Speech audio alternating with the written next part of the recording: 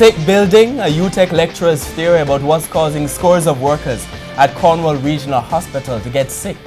Good evening and thanks for joining us for Primetime News. A special welcome to viewers on onespotmedia.com.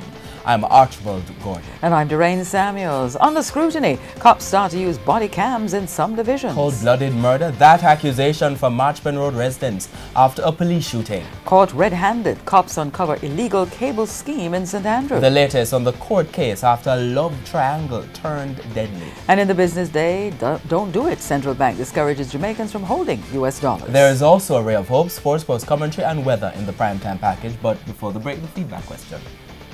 Do you think the removal of tints from public passenger vehicles will help to solve crime? Share comments online, facebook.com/Television Jamaica and tweet at Television Jam.